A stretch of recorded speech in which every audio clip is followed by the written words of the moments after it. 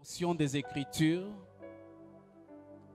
dans les livres de 1 Thessaloniciens chapitre 5, le verset 18. Je voudrais me rassurer que chacun de nous a sa Bible. Nous allons lire.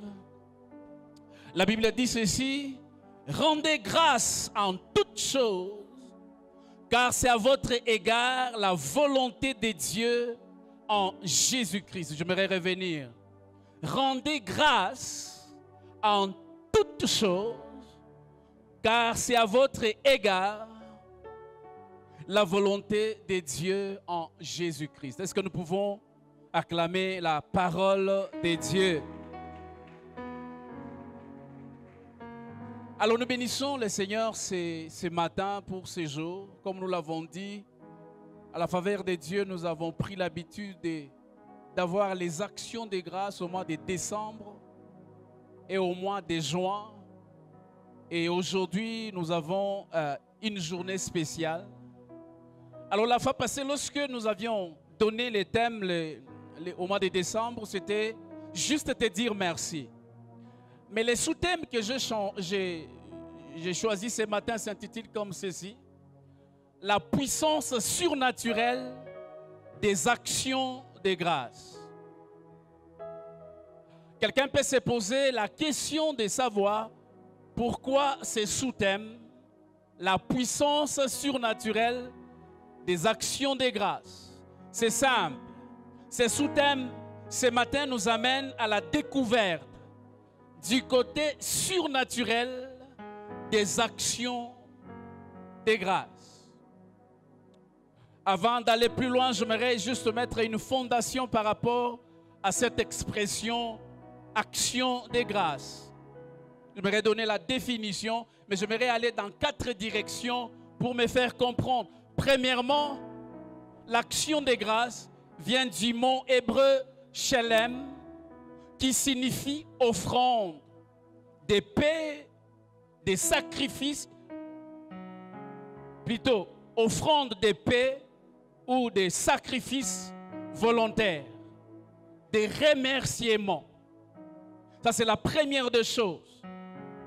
La deuxième des choses, c'est que j'aimerais d'abord que vous puissiez retenir une chose, c'est que, retenons quelque chose, notons ça, c'est que l'action de grâce est une offrande de remerciements. C'est-à-dire, nous devons joindre les paroles des remerciements aux actes. Au fait, ce sont des actions que nous posons pour faire grandir la grâce, pour faire grandir la faveur de Dieu dans notre vie. Je voudrais que nous puissions retenir ces choses. Lorsque quelqu'un est en train de faire les actions de grâce, il est en train de faire des choses. Il est en train de dire d'un côté et de l'autre côté, il est en train de poser des actes. Et ce matin, nous serons en train de faire cela. Lorsque vous lisez dans Exode chapitre 20, verset 24, la Bible est en train de dire: tu m'élèveras un autel de terre sur lequel tu offriras tes holocaustes et les sacrifices d'action de grâce, tes brebis, tes bœufs. Partout où je rappellerai mon nom, je viendrai à toi et je te bénirai. J'aime cette première chose. La deuxième direction, c'est que l'action de grâce est une façon de montrer à Dieu que nous ne sommes pas ingrats. Je vais répéter.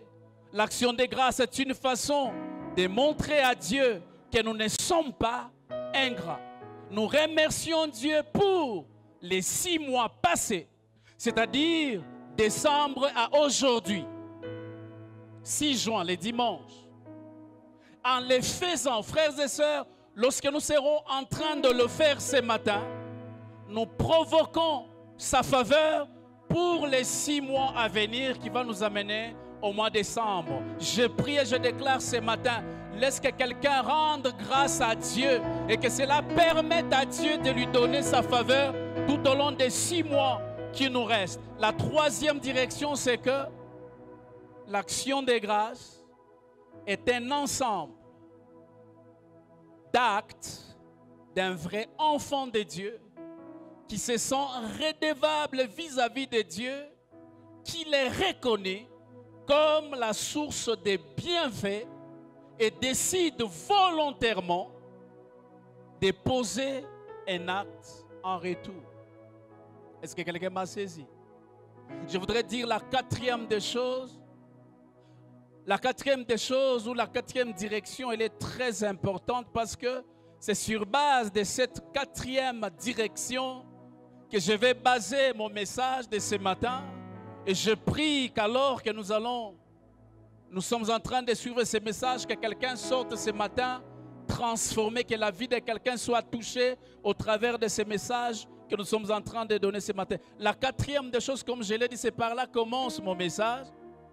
Et j'aimerais que quelqu'un me suive ce que je vais dire.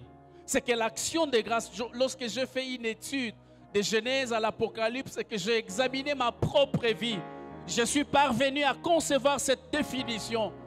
C'est que l'action de grâce est une orientation pratique, intentionnelle et volontaire à un style de vie d'appréciation continuelle des actes de Dieu dans la vie de l'homme ou dans notre vie. J'aimerais répéter, c'est très important.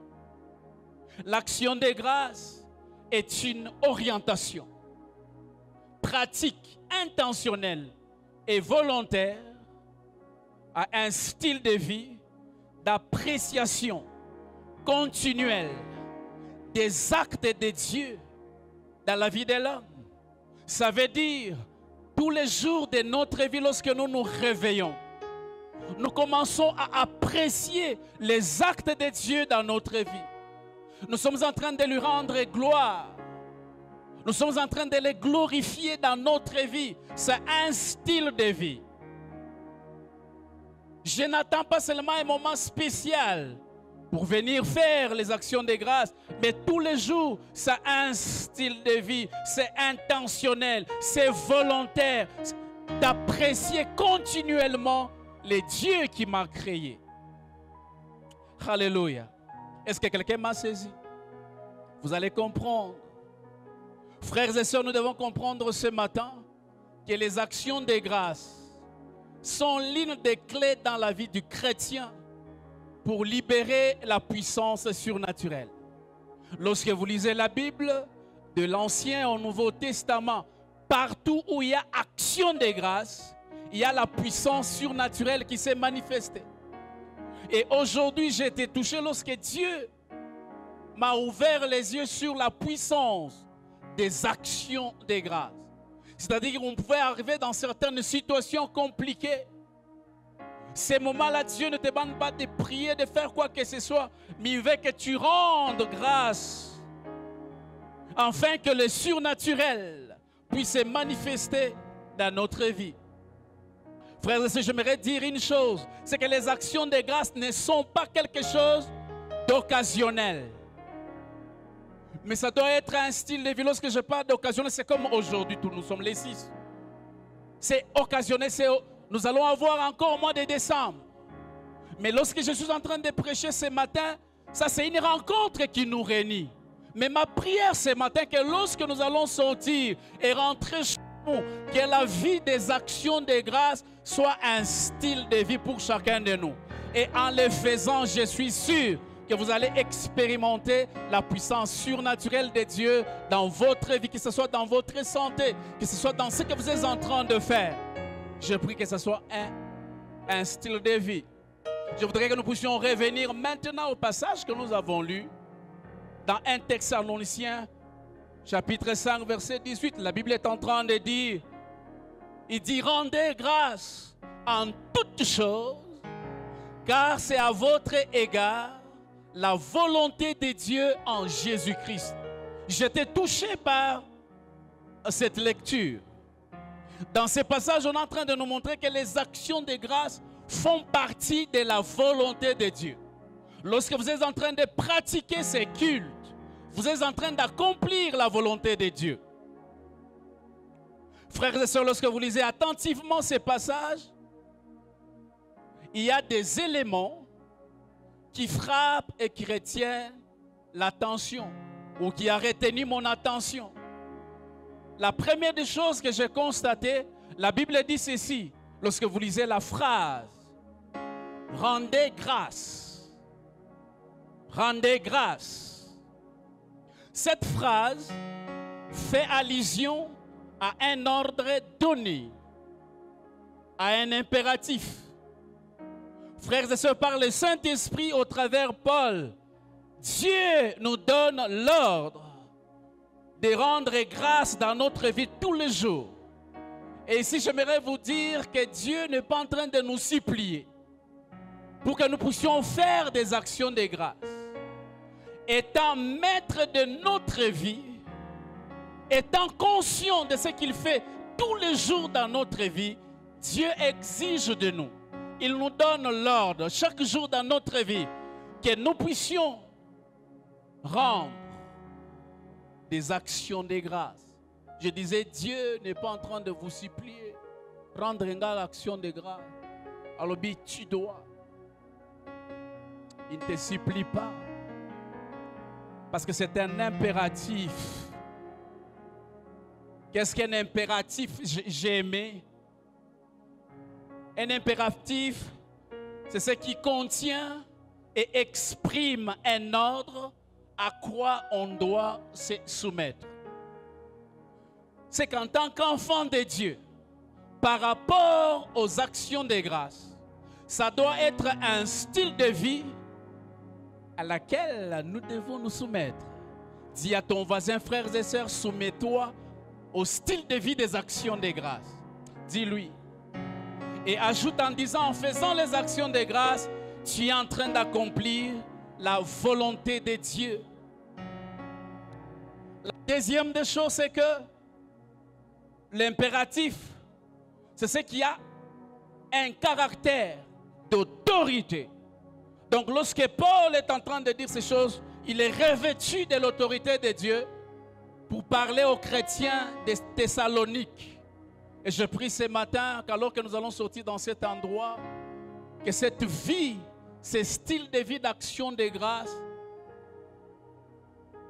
fasse partie de notre vie.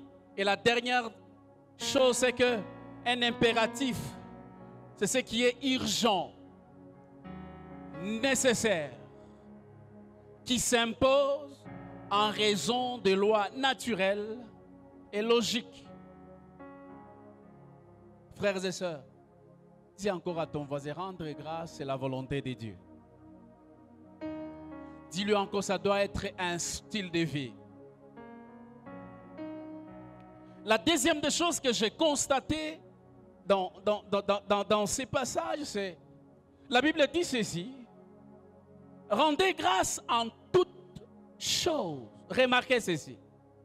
La Bible ne dit pas rendez grâce pour toutes choses. Ce sont des choses différentes. En toutes choses, pour toutes choses. La Bible ne dit pas cela. Il dit rendez grâce en toutes choses. Frères et sœurs, si la Bible disait rendez grâce pour toutes choses, cela suppose que vous devez rendre grâce pour des bonnes choses, des grandes choses, des choses palpables. Vous avez un véhicule, vous venez ce matin, vous dites je viens rendre grâce parce que Dieu m'a donné un véhicule. Comme tout à l'heure, mon frère qui s'est marié dernièrement, il va rendre grâce pour dire Seigneur, je me suis marié avant décembre. Ça, ce sont des choses palpables.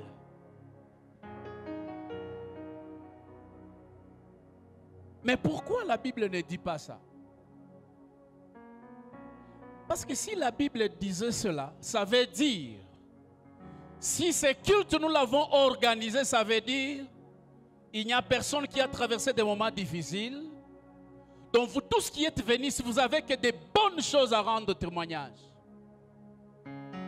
Et j'aimerais vous dire ceci, c'est intentionnel que nous l'avons fait pendant ce culte vous ne trouverez pas les gens qui vont monter ici à la chaire pour rendre grâce à Dieu. Et si ils devraient passer, maintenant ceux-là qui n'ont pas expérimenté cette année la main de Dieu, qu'est-ce qu'ils vont dire? Ça veut dire que le culte va appartenir à une catégorie de personnes qui ont connu les merveilles de Dieu. Mais ce que j'aime, c'est la différence entre ces détournures. La Bible dit ceci: rendez grâce en toutes choses. Je voulais arriver là-bas. Lorsque la Bible dit de rendre grâce en toutes choses, cela suppose que nous devons rendre les actions de grâce dans de bonnes et mauvaises situations. Dans les moments de disette et des moments d'abondance. Paul est en train de dire que j'ai appris à vivre dans l'abondance et dans la disette. En d'autres termes, il est en train de dire, lorsque je commence à traverser des moments difficiles, je suis en train de les bénir pour dire, Seigneur, je sais que je manque l'argent maintenant, mais ta parole est en train de dire que l'Éternel est mon berger, je ne manquerai de rien. Tu es le maître des temps et des circonstances. À la fin de ces mois, tu vas me visiter. C'est ce que la Bible est en train de dire. Frères et sœurs, la question que j'aimerais nous poser, c'est à quel moment de votre vie vous rendez grâce? J'ai appris à rendre grâce à Dieu dans toutes les circonstances. C'est lorsque j'étais en train de dormir dehors. Plusieurs ont déjà entendu ce témoignage. Je dors sur la place publique, dans des marchés, partout. Des fois, j'étais attaqué par des chégués. Un pasteur va apprendre que je dormais dehors. Il s'est dit, je vais aller prendre ses frères, que je l'amène chez moi. Lorsqu'il est venu en route, Dieu lui a dit, ne les prends pas. Et il va poser la question à Dieu, pourquoi? Et Dieu va lui dire, non, ne les prends pas parce que je n'ai pas encore fini mon travail dans sa vie. Lorsque j'ai appris cela, j'ai commencé à glorifier le Seigneur pour dire, Seigneur, la situation dans laquelle je suis, tu es à la base. Tu sais là où tu es en train de m'amener. La souffrance dans laquelle je traverse ne m'amène pas à la mort, mais elle est en train de travailler mon caractère et ma personnalité. Et je pouvais me réveiller pour dire, Seigneur, je sais que je ne suis pas seul. Tu es avec moi. Même si je dors dehors, toi, tu es vivant. Est-ce que quelqu'un est en train de me suivre?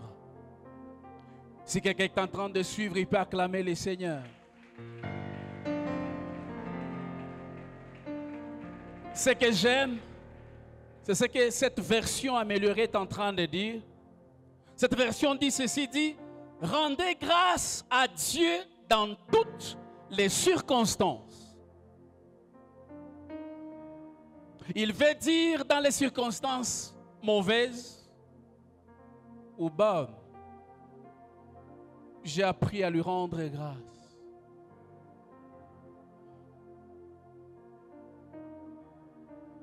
C'est que ça fait longtemps cette année. Je suis malade. Même quand je pars pour l'action de grâce, je sais que mon corps est en train de faire du mal, mais je te glorifie, je te rends grâce parce que tu as dit que par tes meurtrissures nous sommes guéris. Avant que ce qu'il te finisse, je rentrerai avec ma guérison. Voilà les hommes et les femmes qui doivent rendre les actions de grâce. Je prie que cela soit notre partage au nom de Jésus. Parce que vous savez, nous avions toujours pensé que non, pour rendre grâce seulement quand Dieu me donne le travail. Quand j'ai voyagé, alors je rends grâce à Dieu. C'est bien, il faut le faire. Mais si Paul est en train de dire, vous devez apprendre à remercier, à rendre grâce à Dieu dans toutes les circonstances. Et en le faisant, vous êtes en train de libérer la puissance surnaturelle de Dieu dans votre vie.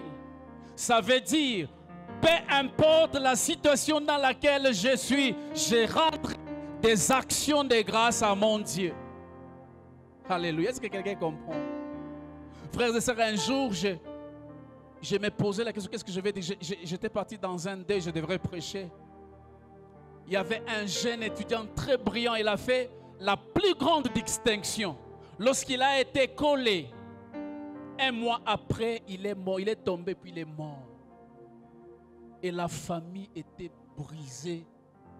Lorsque j'ai pris la Bible, mon thème c'était comment rendre les actions de grâce lorsqu'on a perdu un être cher.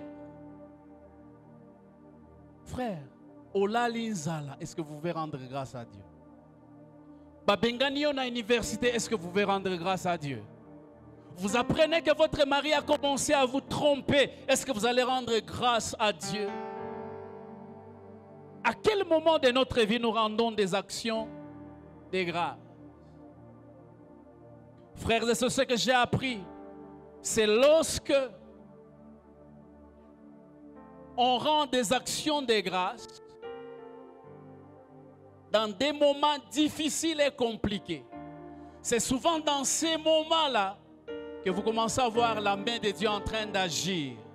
Parce que Dieu est en train de se rendre compte qu'apparemment il n'y a rien, mais cette personne me fait confiance. Il croit encore que je peux faire quelque chose dans sa vie. Frère, je l'ai dit dans ma définition, les actions de grâce doivent être une appréciation continuelle des actes de Dieu dans notre vie. Même lorsque vous traversez des moments difficiles, vous pouvez vous rendre compte que hier Dieu avait fait quelque chose. Frères et sœurs, souvenez-vous de ce que Dieu a eu à faire hier.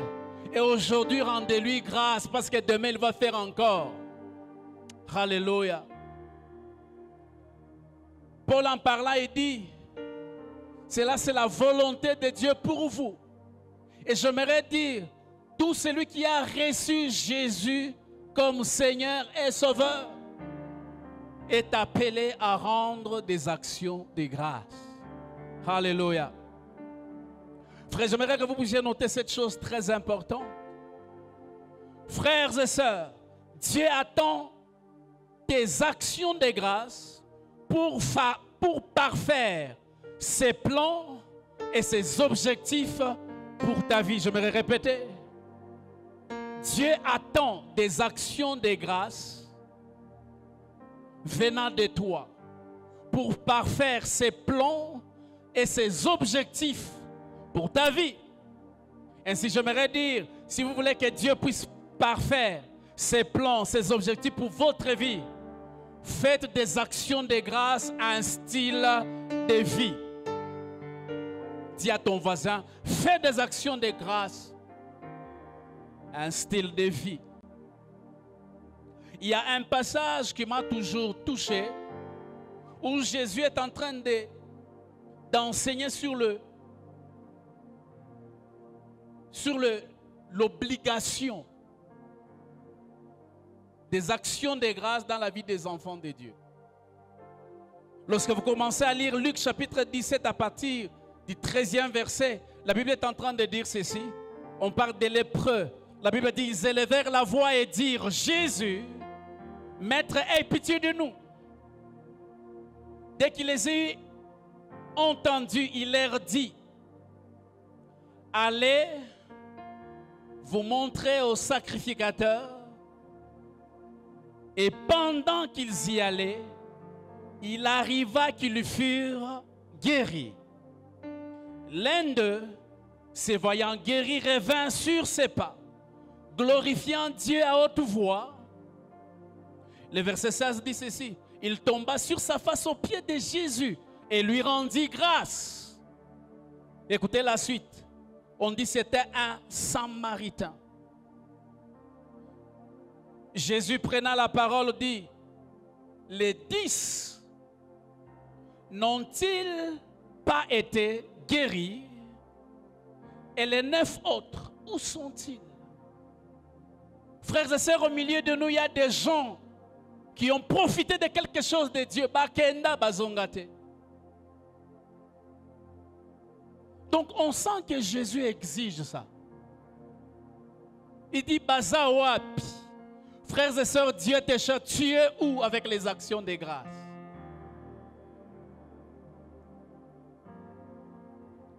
J'aime la suite. Puis il lui dit, lève-toi, va, ta foi t'a guéri.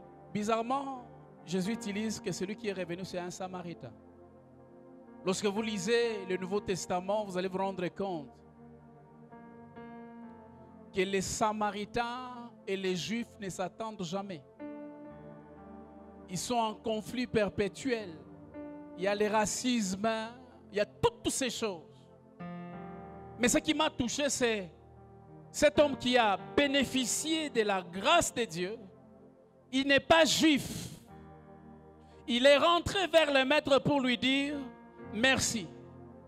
Mais les Juifs sont partis. Jésus a bango. Maintenant, regardez ce qui se passe.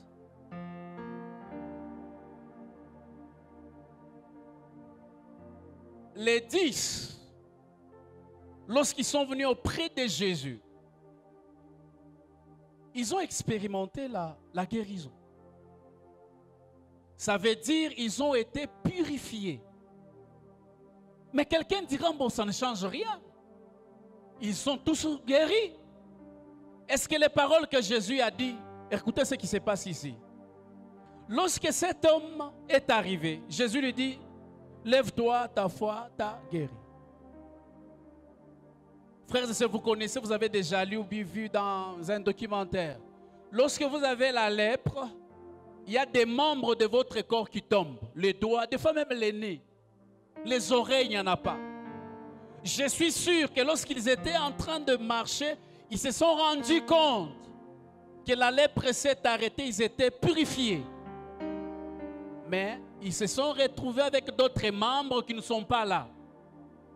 Mais lorsque le Samaritain est revenu, moi j'aime la deuxième touche. Vous savez ce qu'il a expérimenté? Quelque chose que les 9 autres n'ont pas expérimenté. Lui, il a expérimenté quelque chose de surnaturel. Lorsque Jésus a prononcé ces paroles, les commentateurs disent que les membres qui étaient perdus, et bandit kobimazongi normal. Et lorsqu'il est rentré, les gens ne l'ont pas reconnu. Les actions de grâce libèrent la puissance surnaturelle de Dieu. Donc ces gens ont perdu quelque chose de spécial. La deuxième touche permet à Dieu de mettre un sceau dans ton miracle. Je prie que tu fasses les actions de grâce et que Dieu vienne mettre son sceau, ses empreintes dans ta vie. Alléluia. Et ce que cet homme a expérimenté, non seulement il a été guéri et que le miracle s'est produit, mais il a maintenu sa guérison. Est-ce que quelqu'un dit Amen? Ça, j'aimais beaucoup. Et je prie que Dieu nous aide. Je commence à chuter avec mon message. La puissance surnaturelle des actions de grâce. J'aimerais que nous puissions voir quelques faits surnaturels qui ont été expérimentés lorsque les actions de grâce sont entrées en marche. Lorsque vous lisez Jean, chapitre 6, verset 11, la Bible dit ceci. Jésus prit les pains, rendit grâce et les distribua à ceux qui étaient assis. Il leur donnant de même des poissons qu'ils en voulurent, autant qu'ils en voulurent. Ça, j'ai aimé.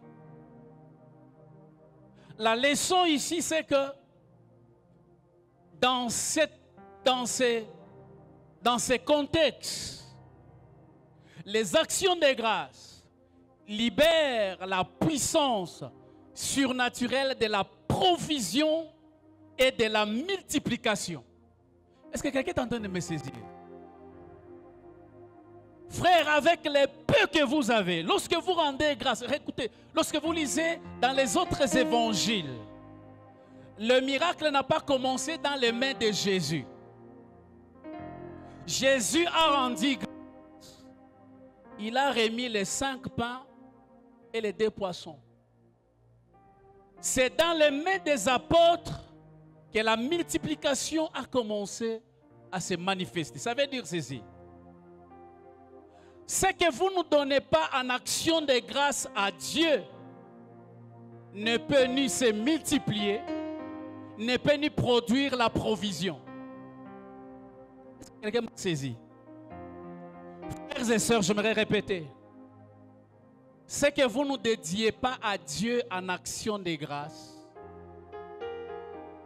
ne peut jamais se multiplier. Et il n'y aura jamais de la provision. En d'autres termes, la leçon ici, je vais nous dire, lorsque vous êtes en carence, vous dites que je n'ai rien.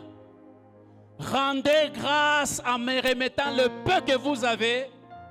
Lorsque je vais vous les retourner, ça sera multiplié. Je prie à quelqu'un lorsqu'il va commencer à rendre grâce, que le peu que vous avez soit multiplié et que dans ta maison, tu ne puisses rien manquer.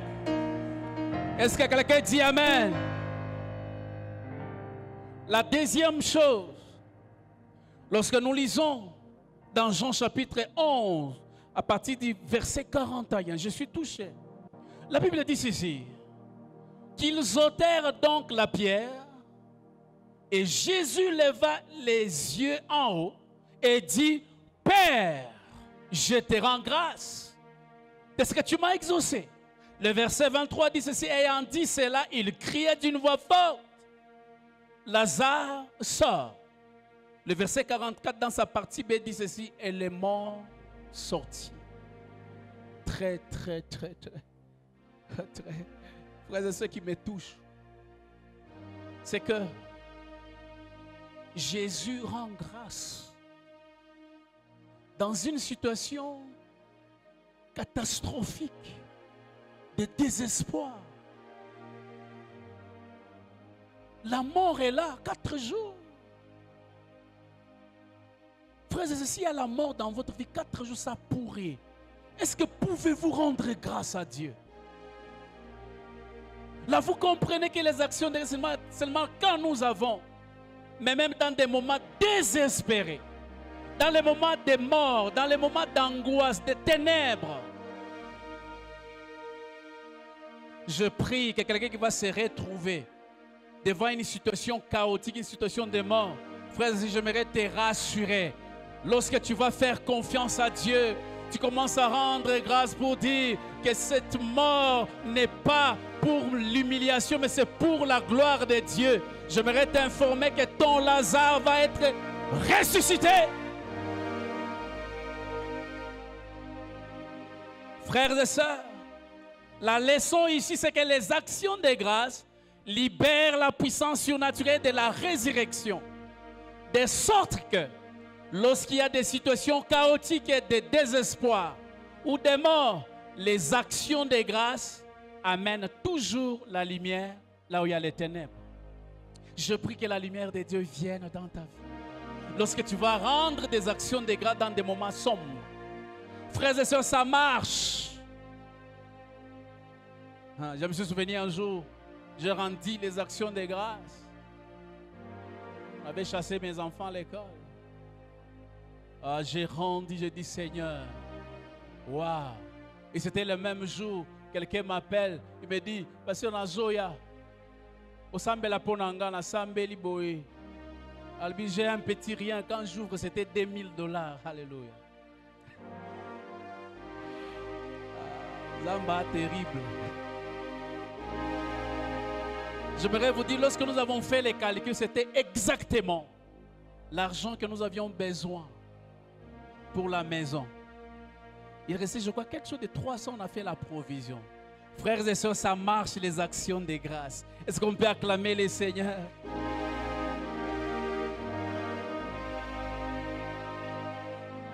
Je me suis simplement rendu compte que les actions de grâce retiennent l'attention du ciel sur ta situation.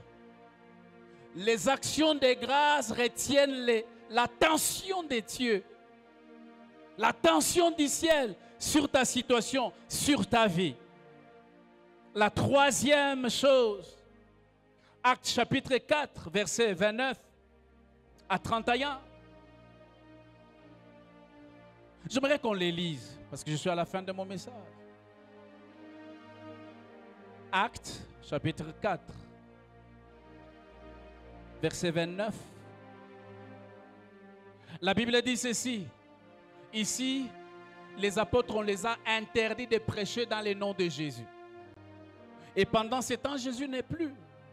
La Bible dit ceci. Et maintenant, Seigneur, voilà la menace et donne à tes serviteurs d'annoncer ta parole avec une pleine assurance, en étendant ta main pour qu'il se fasse des guérisons, des miracles, des prodiges, par le nom de ton saint serviteur, Jésus. La Bible dit ceci, quand ils eurent prié, les lieux où ils étaient assemblés tremblaient. Ils furent tous remplis du Saint-Esprit et ils annonçaient la parole de Dieu avec assurance. Écoute le verset 5. Il dit ceci. 24. Il dit, lorsqu'ils l'eurent entendu, ils élevèrent à Dieu la voix. Tous ensemble et dire, ils sont en train de rendre grâce. Seigneur, toi qui as fait les ciels, la terre, la mer, tout ce qui s'y trouve, c'est toi qui as dit par le Saint-Esprit, par la bouche de notre Père, ton serviteur David. Pourquoi ce tumulte? Donc à partir du verset 24, ils sont en train de rendre des actions de grâce. Et la Bible déclare que lorsqu'ils ont élevé la voix, la puissance surnaturelle a été déclenchée. La Bible dit que là où c'était, les lieux où ils étaient tremblants. Ça, c'est magnifique. La leçon ici, c'est que quelle que soit l'adversité, l'opposition et les difficultés de la vie, lorsque les actions de grâce sont rendues à Dieu, la puissance surnaturelle est libérée pour confondre nos ennemis et nous donner la force et l'assurance d'avancer dans la vie. Quelqu'un m'a saisi. Si vous avez des oppositions, les gens s'opposent à vous. L'adversité, les gens ne vous aiment pas. Les gens vous bloquent pour accomplir les plans de Dieu pour votre vie. Frères et sœurs, ne vous inquiétez pas. Commencez à rendre des actions de grâce. Et là où vous êtes, il y aura des bandades dans les camps de l'ennemi. Ça va trembler dans leur camp. Et je prie, si vous traversez une situation d'opposition, j'aimerais déclarer, lorsque tu vas rendre des actions de grâce, j'aimerais vous dire que dans les camps de l'ennemi, il y aura des bandades. Et tu peux acheminer jusqu'à la gloire de Dieu. Est-ce que quelqu'un acclame? Alléluia. Quatrième chose. Actes chapitre 16, versets 25 et 26. Je voudrais juste lire une chose qui m'a touché. La Bible dit ceci. Il dit, vers le milieu de la nuit 25, Paul et Silas priaient et chantaient les louanges de Dieu. Et les prisonniers les entendaient. C'était à haute voix. Le verset 26 dit ceci. Tout à coup, il se fit un grand tremblement de terre en sorte que le fondement de la prison fut ébranlé. Au même instant, toutes les portes s'ouvrirent et les liens de tous les prisonniers furent rompus. La puissance des actions de grâce. Ce que j'aime, c'est que la leçon ici, c'est que les actions de grâce libèrent la puissance surnaturelle de la délivrance. Et j'aimerais le dire, frère, si tu es prisonnier du diable ou des sorciers de ta famille, ce matin, alors que nous serons en train de rendre grâce à Dieu, les chaînes et les liens qui te tiennent vont tomber par la puissance du nom de Jésus. Il y a la libération dans la louange, il y a la délivrance dans la louange. Je prie que quelqu'un qui est possédé soit libérés au nom puissant de Jésus. Alléluia. Frères et sœurs, je suis arrivé à la fin de mon message. Je vais parler de David. Ça m'a touché lorsque j'ai fait cette étude. David, c'est un homme qui a rencontré beaucoup de défis dans sa vie. D'opposition, des moments très compliqués. Voire même son fils l'a attaqué. Mais vous pouvez vous rendre compte que David n'a jamais perdu une bataille ni une guerre. Et vous allez vous rendre compte que la puissance des actions de grâce était au cœur de la vie de cet homme. Lorsque Dieu est en train de dire que David, homme selon mon cœur, la première des choses que vous devez retenir, c'est par rapport à ce style de vie d'action de grâce. David savait glorifier Dieu même dans les moments difficiles lorsqu'il courait. Et la deuxième des choses, c'était son cœur repentant. Ces deux choses ont poussé à Dieu de déclarer sur David pour dire, voici j'ai trouvé David, homme selon mon cœur, qui accomplira tout mes plans. En d'autres termes, pourquoi il réunit les conditions? Il me loue, il me glorifie, rend des actions de grâce. Je monte sur mon trône. Et lorsqu'il a failli, il revient toujours auprès de moi. Je prie que Dieu suscite des hommes et des femmes comme ça à l'église. Alléluia. La Bible dépeint son style de vie. Écoutez comment cet homme vivait. 10 fois par jour, il était dans les sanctuaires. Et 3 fois seulement de son temps était consacré à la prière. Mais 7 fois, tout ce temps, les 7 fois, du temps qu'il entrait dans la présence de Dieu, il est consacré aux actions de grâce, à l'appréciation continuelle des actes de Dieu dans sa vie. Frère, je vais nous poser la question. Est-ce que nous pouvons faire comme cet homme? 7 fois la journée, les actions de grâce. Waouh! Ça m'a touché, je dis, Zambé, fais-moi comme cet homme. Alléluia. J'aimerais dire 4 choses et je finis. Et nous allons passer à l'étape suivante. J'aimerais que nous puissions retenir ceci. C'est que les actions de grâce maintiennent et sécurisent nos bénédictions. Elles ont l'effet protecteur. J'aimerais répéter. Les actions de grâce maintiennent et sécurisent nos bénédictions. Elles ont l'effet protecteur. Vous allez vous souvenir des 10 lépreux qui ont été guéris. Les seuls Samaritains revenus pour rendre grâce à Dieu. Nous avons vu ce que ça a donné. Deuxièmement, c'est que les actions de grâce encouragent Dieu de faire plus. Vous pouvez lire ça dans Nombre 10:10. Troisièmement, ça j'aime ce que j'aimerais nous dire à nous. Les actions de grâce, frères et sœurs, ou l'action de grâce, n'a jamais été un problème de moyens, mais de volonté. Car celui qui ne donne pas quand il a peu, il ne donnera pas quand il aura beaucoup. Je vais répéter. Celui qui ne donne pas quand il a peu, il ne donnera pas quand il aura beaucoup. Et pour finir, nous prions. Écoutez ce que le psalmiste dit, David. Psaume. Dans ces passages, j'ai oublié les petits versets. La Bible dit ceci. David est en train de dire au verset 12, il dit, comment rendrai-je à l'Éternel tous ses bienfaits envers moi? David a regardé tous les moments difficiles dans sa vie. Les moments de gloire. Il a constaté la grâce, la faveur de Dieu. Il dit, comment rendrai-je à l'Éternel tous ses bienfaits envers moi? Frères et sœurs, pour finir, un vrai enfant de Dieu devrait avoir les deux sentiments que David exprime dans ses psaumes.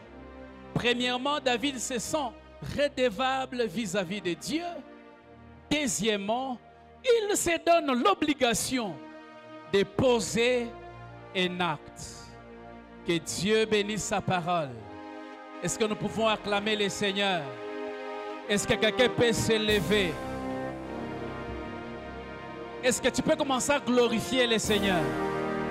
Est-ce que tu peux commencer à glorifier Dieu dans les bons ou mauvais moments? Manarobo shokorobo shanda. Manarobo shekeria baba shende. Manarobo. Tu t'es arrêté. Continue à acclamer le roi des rois. Continue à proclamer sa seigneurie.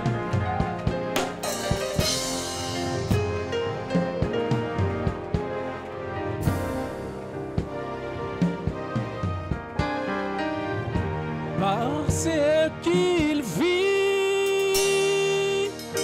je n'ai rien à craindre, mais lendemain sont